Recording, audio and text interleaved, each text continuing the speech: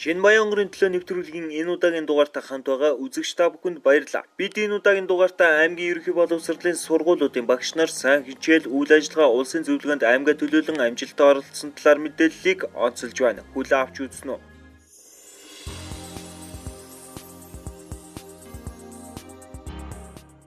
Өнгөрсөн 7 хоногт Улаанбаатар хотно хүүхэдний бүрийг хөгжүүлэх сайн хичээл үйл ажиллагааны туршлага солилцох зөвлөгөөн болж өндөрлөө. Энэ оны 4-р сараас эхлэн сайн хичээл үйл ажиллагааны тэргүүлэх багш нарыг шалгаруулах ажлыг аймгийн хэмжээнд зохион байгуулж заах арга зүгээр тэргүүлсэн 10 багш, нэг сурагч тус зөвлөгөөнд амжилттай оролцсон байна. Эхний сургууль дээр нь сайн хичээл үйл ажиллагааг явуулаад тэндээс хамгийн сайн шалгарсан багууд нь бүсэд ирсэн. Бүсээс нь хамгийн сайн шалгарсан багш нарыг аймагт багаар нь заалгасан. Аймгаасаа улсад явж байгаа. Тэгэхээр энэ 10 багшийн бүтээлүүд бол улсад хамгийн сайн шилдэг арга зүй болж түгэндэл ирэх ёстой. Сая улсад очсон заагдсан бүх хичээлүүд бол DVD, CD-н дээр бичигдээд Монгол улсын хэмжээнд ийм арга зүй байна. Үндэсний хэмжээнд хүүхэд бүрийг хөгжүүлэх сайн хичээл үйл ажиллагаагаар дамжуулан багш нар харилцан суралцах сайн туршлага хуваалцаж байна. Ингэснээр улсын хэмжээнд хэрэгжиж буй хүүхэдний бүрийг хөгжүүлэх боловсролын цөм хөтөлбөрийн хүрээнд хийгдэж буй сайн хичээл үйл ажиллагааны туршлагыг нийт багш нарт гарын авлага болгож байгаагаараа онцлогтой юм а. Хүүхдүүдийнхээ ярих, унших чадварыг дэмжих хичээл байсан. Тэгээд энэ хичээл маань 19-наас 26-ны хооронд багш нарын боловсрол дээшлүүлэх институтын багш Оцрон багшийн зөвлөсний дагуу Улаанбаатарт очиод 2 дахь удаага сайжруулан заагдаад тэгээд 1-р сургууль дээр эзэн байдлаар заагдсан. Би бол өөрөө монгол хэлний багш мэргэжилтэй болохоор энэ сэдвээс нэлээ бас хол хөндөй байсан. Гэхдээ хүүхдүүд маань гаргаж ирсэн сэдв байсан учраас бид нэр хамтраад ингээд энэ сэдвийг судалсан байгаа. Тэгэхээр хүүхдүүд маань л гол нь бүх зүйлийг өөрснөө судалж өөрснөө мэдээлэлээ цуглуулж ингэж хийсэн байгаа.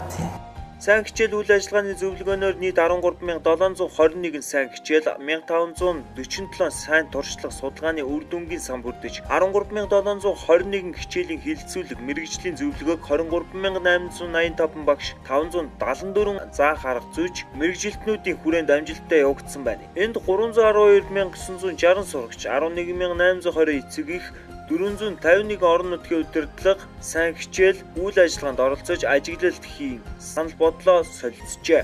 Чадж байгаа арга зүй нь энэ юм байна гэдгийг л багш нарын үйл ажиллагаанаас харж тэр сайн арга зүйг л босол багш нарт түгээн дэлгэрүүлэх л гол зорилго нь л тэр. Сайн хичээл үйл ажиллагааны үр дүнд багш бүрийн заах арга зүй шинжлэгдэж хүүхэдний бүрийг хөгжүүлэхэд анхаарч ажиллах болсон юм. Өөрөөр хэлбэл багш зөвхөн өөрийн мэдлэг чадварыг хүрээнд сурагчдынхаа тархийг цэнэглэх биш, илүү ихийг ирж хайх, сэтгэн бодох, цуглуулсан мэдээлэлээ нэгтгэж тайлбарлал ярих гэд төрөл бүрийн чадварт хүүхдийг сургаж байгаагаараа онцлогтой. Тухайлбал Баянгарын аймгийн Номондлоо ахлах сургуулийн сурагч Цэрэн ламын эсээ улсын хэмжээнд ирүүлсэн 1000 гаруй эсээнээс шалгарч шилдэг 7 эсээний нэг болон зөвлөгөөний хаалтын ажиллагаанд илтгэл тавьсан байна. Тэрээр баг хамт олон багшийн заах арга зүйн тусламжтайгаар тус зөвлөгөөнд амжилттай оролцсон гэдгээ хэлж байсан юм а.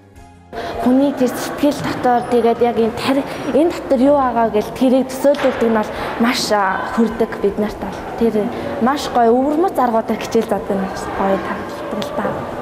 Зөвлөгөөний үр дүнд хүүхэдний бүрийг хөгжүүлэх сайн хичээл үйл ажиллагаа туршлагын сан бүрдэж нийтийн бүтээл болж байна. Ингэснээр хүүхэдний бүрийг хөгжүүлэх зөв Монгол хүүхэд үндэсний хөтөлбөрийг хэрэгжилтэд үнэлэлт дүгнэлт өгч бүх шатны боловсролын бодлого цаашдын үйл ажиллагаа хамтын ажиллагааг төлөвлөх суурь бий болсон байна. Түүнчлэн сайн хичээл үйл ажиллагаагаар дамжуулан сургууль цэцэрлэг багш нар хүүхэдний бүрийг хөгжүүлэх арга зүй технологиг боловсруулж хэрэгжүүлэх илүү боловсронгуй болгох тасралтгүй хөгжих соёлыг төлөвшүүлэх боломжийг нээжээ.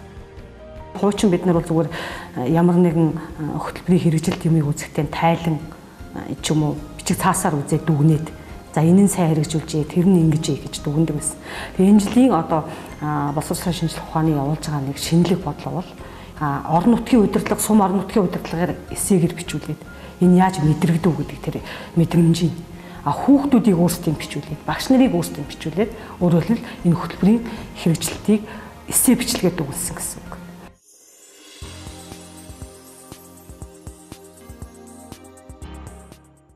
Нэвтрүүлэгт анхаарлаа хандуулсан үзэгч та бүхэнд баярлалаа. ETV телевизээр 7 хоног бүрийн лавга гарагт 19 цаг 25 минутаас шинэ Баянгарын төлөө нэвтрүүлэгт үзэгч та бүхэнд хүрч байна. Дараагийн нэвтрүүлгээр иргэн уулзлаа. Түр баяртай.